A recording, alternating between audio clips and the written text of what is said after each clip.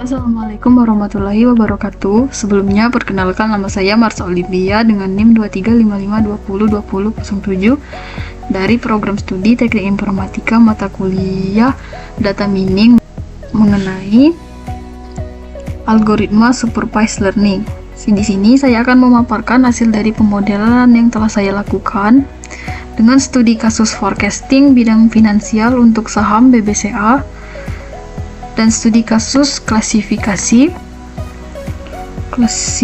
bidang kesehatan untuk mengklasifikasi risiko penyakit kronis diabetes pada anggota rumah tangga miskin di Kota Pagelalam. Yang pertama, saya akan menjelaskan untuk studi kasus forecasting di bidang finansial.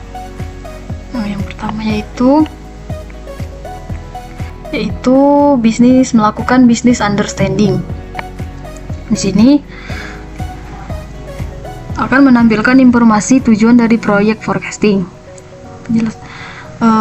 Untuk business understanding, permasalahan yang terjadi yaitu untuk mengetahui pergerakan harga saham sangat fluktuatif sehingga investor kesulitan menentukan waktu beli dan jual. Tujuannya untuk membangun model forecasting untuk memprediksi harga penutupan saham H+1 atau di hari berikutnya.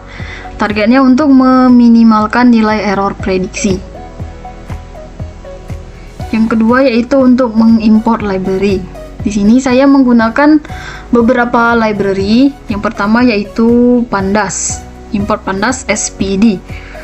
Pandas digunakan untuk mengelola data berbentuk tabel atau data frame. Seperti untuk melihat data CSV, DF info dan describe. Yang kedua yaitu library NumPy SNP. NumPy digunakan untuk operasi numerik dan pengelolaan array.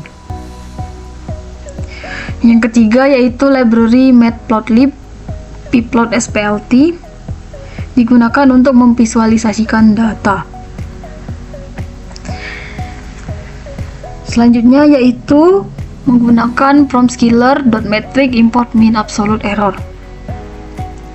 Fungsi dari library ini digunakan untuk menghitung MAE. Selanjutnya yaitu Scalar-metric import mean squared error atau MSE. Dan selanjutnya yaitu R2 score underscore. Untuk membuat metrik import R2 score digunakan untuk mengukur kemampuan model menjelaskan data. Nilai terbaik R⁻². Selanjutnya yaitu prompt_scalar.linear_model import linear regression. Fungsi library ini untuk membuat model regresi linear. Dan import warnings digunakan untuk menyembunyikan pesan warning agar output lebih bersih. Yang ketiga yaitu melakukan data understanding. Yang pertama itu melakukan load dataset. Yang dataset ini dibaca melalui di Google Drive yang dihubungkan dengan Google Drive. File CSV ini untuk membaca file CSV ke data frame. Read CSV ini digunakan untuk menyimpan lokasi dataset. df.head ini untuk memunculkan 5 data teratas.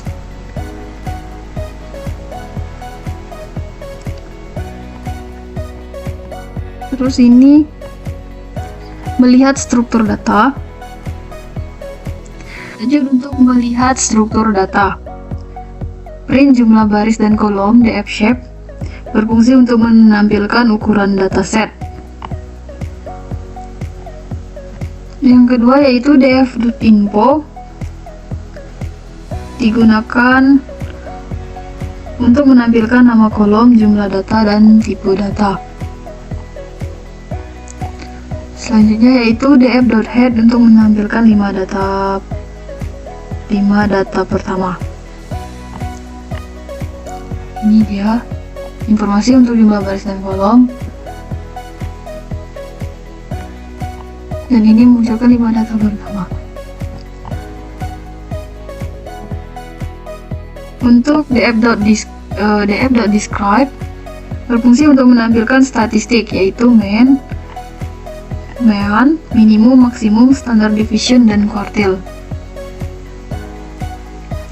Count, unique, top, dan frekuensi. Tujuannya untuk memahami karakteristik dari data saham. Yang kedua yaitu melakukan missing value. f.isNull.sum berfungsi untuk mengecek jumlah data yang kosong. Ini ya. Jika dia 0 ini berarti artinya tidak ada data yang hilang. Selanjutnya untuk visualisasi harga penutupan. Harga penutupan saham PLT figure.fixsize 15,5 untuk membuat area grafik ukuran 15x5 dan plt.plotdf_close untuk menggambarkan grafik harga penutupan, title untuk membuat judul, plt.xlabel untuk x sebagai waktu, dan plt.ylabels untuk harga penutupan y sebagai close price atau harga penutupan, plt show untuk menunjukkan. Ini dia visualisasinya. Yang keempat yaitu melakukan data preparation. Dalam forecasting kita menggunakan Windows, misalnya Windows size 5, hari pertama, kedua, ketiga, keempat, kelima, dan prediksi hari ke-6. Untuk mengambil kolom close, data close, ini ambil variabel close, data close, atau data itu mengambil hanya kolom close. Alasannya karena target forecasting adalah harga penutupan saham. Data close ini 10, artinya untuk menampilkan 10 data pertama. Ini harga penutupan. Selanjutnya yaitu melakukan normalisasi data from scalar, preprocessing, import, min-max scalar. Berfungsi untuk melakukan normalisasi data. Scalar sama dengan min-max scalar adalah untuk membuat objek scalar. Time series data close yaitu untuk mengubah array menjadi series. Data close numerik ini digunakan untuk mengubah seluruh data menjadi numerik. Jika ada data bbca.jk akan menjadi none. Yang kedua yaitu data close clean dan data close numerik .docmna menghapus nilai none atau nilai kosong. Selanjutnya itu if data close clean empty memastikan data tidak kosong. Kemudian data scalar sama dengan fit transform. Data close data underscore close clean values reshape minus 1,1 berfungsi untuk melakukan normalisasi. Selanjutnya yaitu membuat fungsi windowing. Def create window data window size berfungsi untuk mengubah data time series menjadi format supervised learning. X, Y digunakan untuk menyimpan fitur dan target. For i in range learn data minus window dot size digunakan untuk mengambil 5 hari sebelumnya. X append data I bagi I plus window size digunakan untuk mengambil target.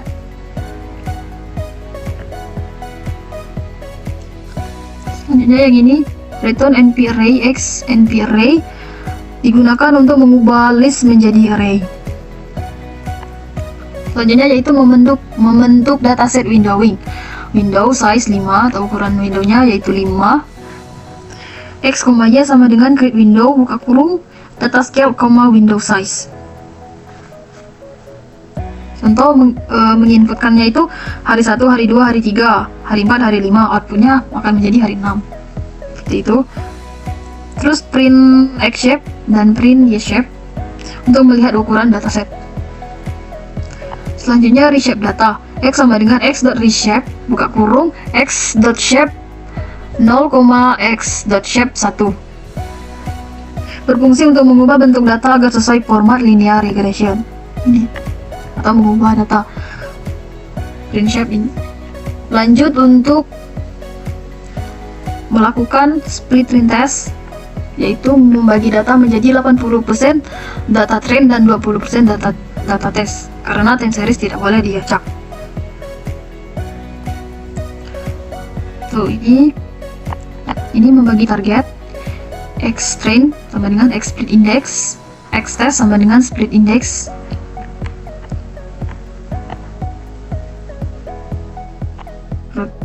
Lanjut untuk melakukan modeling menggunakan linear regression. Ini model sama dengan linear regression, membuat model linear regression. Ini untuk bagian trainingnya, model.fit buka kurung x y train, y train tutup kurung.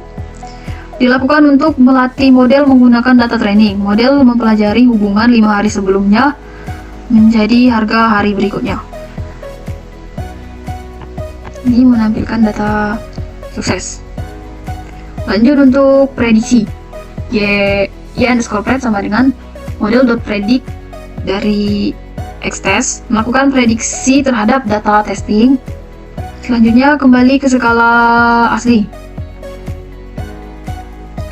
Y underscore text underscore aktual sama dengan scalar.inverse transform. Y underscore test.reshape min 1,1 digunakan untuk mengembalikan data aktual ke harga asli. Y underscore pred.aktual sama dengan scalar.inverse underscore transform. Y underscore pred.reshape min 1,1 berfungsi untuk mengembalikan hasil prediksi ke harga asli karena sebelumnya data dinormalisasikan. Yang keenam itu melakukan evaluasi. Pertama yaitu menghitung error menggunakan MAE atau mean absolute error menggunakan ytest underscore aktual dan y underscore pred.aktual. Untuk menghitung rata-rata kesalahan absolut ini menggunakan RMSE. Untuk menghitung akar dari MSE semakin kecil semakin baik. RMSE adalah akar dari MAE. Terus R pangkat 2 dilakukan untuk melakukan kualitas model. Ini print nilai interpretasinya ini nilai 1 artinya sangat baik, lebih besar dari 0,8 itu baik, dan jika nilainya 0 itu berarti buruk. Untuk R2 nya jika nilainya 0 itu berarti termasuk buruk.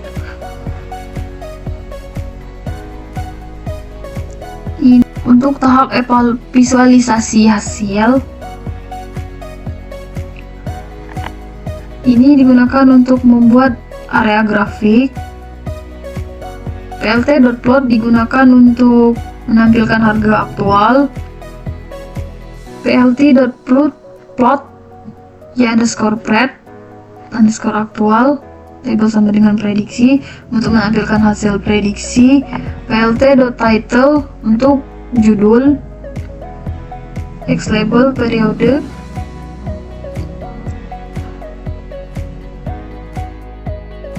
Menampilkan keterangan grafik. plt.show untuk menampilkan grafik. Ini dia kurang lebih hasil dari visualisasi grafiknya.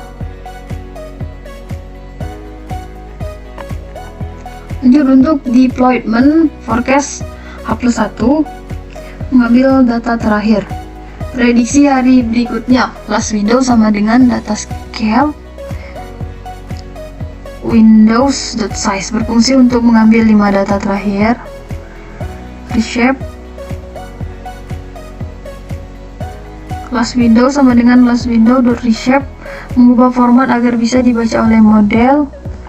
Forecast sama dengan model.predict kelas Windows untuk model memprediksi harga hari berikutnya. Forecast sama dengan Shiller.inverse transform sama dengan forecast.reshape bin 1,1 untuk mengembalikan hasil prediksi ke rupiah sebenarnya. Langsung di print atau untuk menampilkan prediksi harga penutupannya. Dan prediksi harga penutupan hari berikutnya yaitu model memperkirakan harga penutupan saham BBCA pada hari berikutnya sebesar 6.133 rupiah. Baiklah, itu untuk studi kasus forecasting di bidang finansial untuk saham BCA. Oke, selanjutnya saya akan menjelaskan untuk studi kasus klasifikasi risiko penyakit diabetes menggunakan data kesehatan pasien dengan membandingkan dua algoritma yaitu decision tree dan naive Bayes. Target klasifikasi 0 sama dengan nilai risiko rendah, 1 adalah dengan risiko tinggi. Yang pertama yaitu bisnis sama, yaitu business understanding. Judul ini dengan judul klasifikasi risiko penyakit diabetes pada masyarakat Kota Pagar. Tujuannya untuk mengidentifikasi risiko diabetes berdasarkan data kesehatan dengan label 0 sama dengan risiko rendah dan 1 sama dengan memiliki risiko tinggi dengan metode membanding decision tree atau CM45 dan naive Bayes. Yang kedua yaitu data understanding. Di sini saya menggunakan beberapa library yaitu Pandas, digunakan untuk membaca data dan mengelola data tabel. Yang kedua yaitu library NumPy SNP, digunakan untuk operasi numerik. Yang ketiga yaitu menggunakan library matplotlib.pplot SPLT, digunakan untuk membuat visualisasi grafik. Selanjutnya yaitu menggunakan library import Seaborn SNS yang digunakan untuk visualisasi statistik yang lebih menarik dibanding matplotlib. Selanjutnya membaca dataset. Datasetnya dihubungkan ke drive dan linknya di copy. Ini berfungsi untuk membaca dataset diabetes. Printdf.head digunakan untuk menampilkan 5 data pertama. Printdf.info digunakan untuk menampilkan jumlah data, nama kolom, dan tipe data.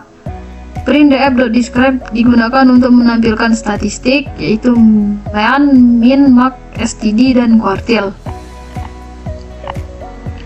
Ini menampilkan 5 data. Ini menampilkan jumlah data, nama kolom, dan tipe data. Jumlah datanya 2000 data dengan 9 kolom.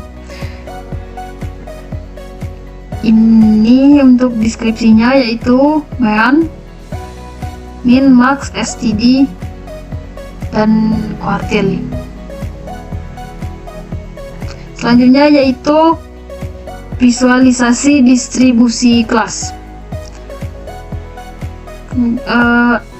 sns.conplot buka kurung x sama dengan outcome data ADF, menghitung jumlah data pada masing-masing kelas. PLT title distribusi ini untuk title judul, PLT show untuk menunjukkan. Ini yang tadi sudah kita lihat, bernilai 0 berarti rendah dan bernilai 1 berarti tinggi. Sini nilai satunya sekitar 700 dan nilai 0-nya sekitar 1200 ke atas. Artinya jumlah pasien tidak diabetes jauh lebih banyak dibandingkan jumlah pasien yang mengalami diabetes. Oke, yang ketiga selanjutnya yaitu melakukan data preparation.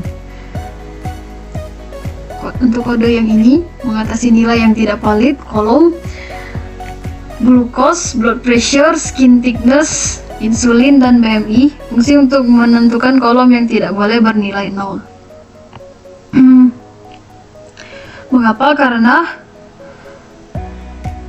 kolom gula darah ya glukosa atau glukos, gula darah tidak mungkin 0. Blood pressure, tekanan darah juga tidak mungkin 0, dan BMI juga tidak mungkin 0. Untuk selanjutnya yaitu perulangan. For column in column.0, mengulangi proses untuk setiap kolom, mengubah 0 menjadi none.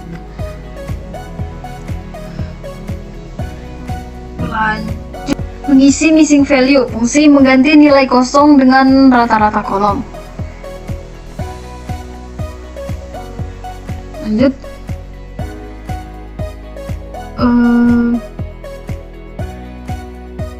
Memisahkan feature dan target, fungsi untuk mengambil semua variabel prediktor. Contohnya, diagnosis, glukosa, BMI, insulin, dan usia. YDF outcome berfungsi untuk mengambil target klasifikasi. Targetnya 0 sama dengan beresiko rendah dan 1 dengan resiko tinggi. Lanjut ke split data.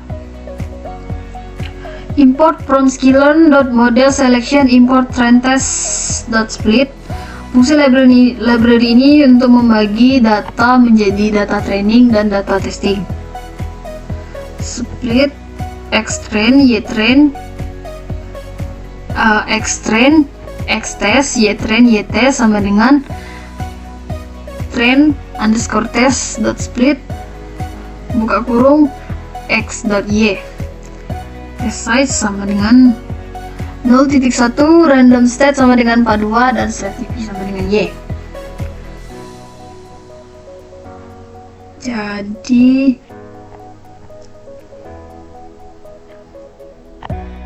ini mengubah menjadi 90% data training dan 10% data testing. Random sama dengan state sama dengan 42 agar hasil pembagiannya selalu sama. Stratifi sama dengan y untuk menjaga proporsi kelas. Misal 70% kelas 0, 30% kelas 1. Tetap terjaga pada train dan tes. Yang ketujuh yaitu normalisasi data.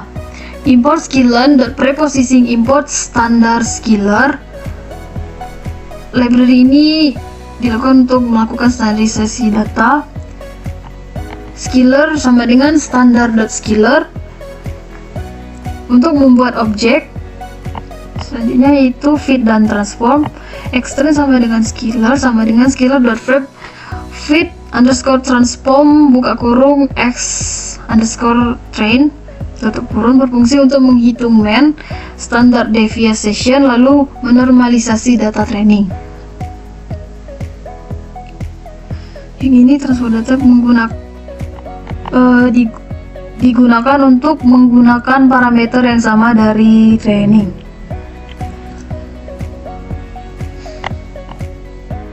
Lanjut yang ke-8 yaitu modeling untuk pemodelan decision tree. Import sklearn.tree import decision tree classifier. Membuat model klasifikasi pohon keputusan. Ini DT sama dengan decision tree classifier buka kurung criterion sama dengan nilai entropi. Max depth sama dengan 4, random state sama dengan 42. Untuk parameter ini, criterion sama dengan entropi, menggunakan konsep information gain seperti algoritma C45. Max.depth sama dengan 4, maksimal kedalaman pohon sama dengan 4, tujuan untuk mengurangi overfitting. df.fit xtrain, ytrain untuk model belajar dari data training. Untuk prediksi ini coding ini digunakan untuk menghasilkan prediksi kelas. Selanjutnya yaitu modeling untuk naive Bayes. From sklearn.naive Bayes import Gaussian NB digunakan untuk membuat naive Bayes untuk data numerik. NB modelnya yaitu NB Gaussian NB. Training untuk data trainingnya nb.fit xtrain underscore scared sama dengan ytrain. Untuk prediksinya nb sampai di pred.nb sama dengan nb.predict xtest scale untuk menghasilkan prediksi kelas. Yang selanjutnya yaitu evaluasi model. From sklearn.metric import accuracy score, confusion matrix, classification report. Accuracy score digunakan untuk menghitung akurasi. Akurasinya yaitu sama dengan prediksi benar dibagi dengan total data. Confusion matrix membuat matriks kesalahan prediksi, terusnya classification report untuk menampilkan precision, recall, dan F1 score. Selanjutnya yaitu menghitung akurasi.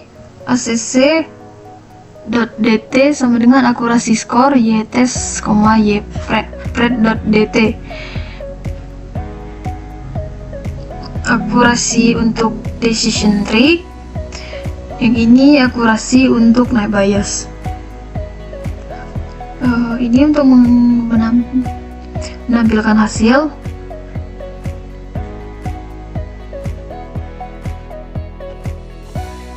Akurasi untuk decision tree yaitu 0,79 dan akurasi naive Bayes yaitu 0,8.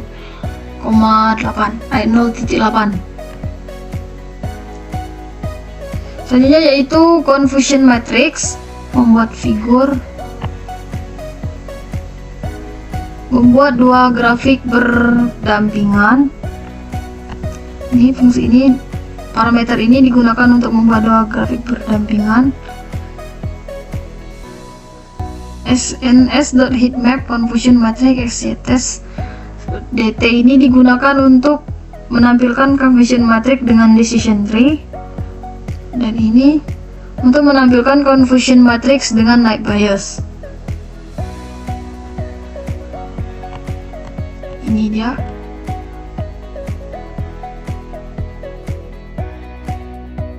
Confusion matrixnya dari decision tree dan naive Bayes. Selanjutnya untuk classification report, decision tree classification report, precision, recall, dan F1 score.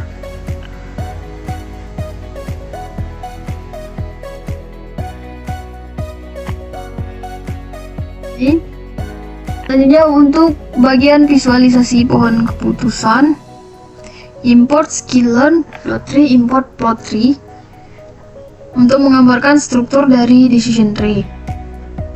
Plottree dt feature names color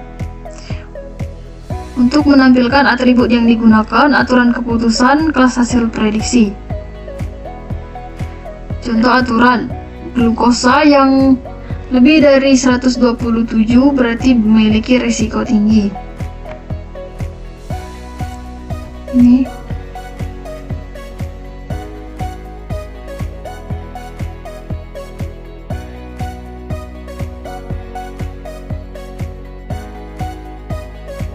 yaitu kesimpulan untuk model terbaik. If ACC dt besar dari SNB, dan model terbaik adalah decision tree, else model terbaik adalah naive Bayes. Nah, Nah, jadi dari sini kesimpulannya menunjukkan bahwa model naive Bayes lebih baik dalam memprediksinya jauh lebih tinggi dibandingkan dengan model decision tree. Baiklah, mungkin itu saja pemaparan yang dapat saya sampaikan dari kedua studi kasus yang telah dibahas. Lebih dan kurang saya mohon maaf. Saya ucapkan wassalamualaikum warahmatullahi wabarakatuh.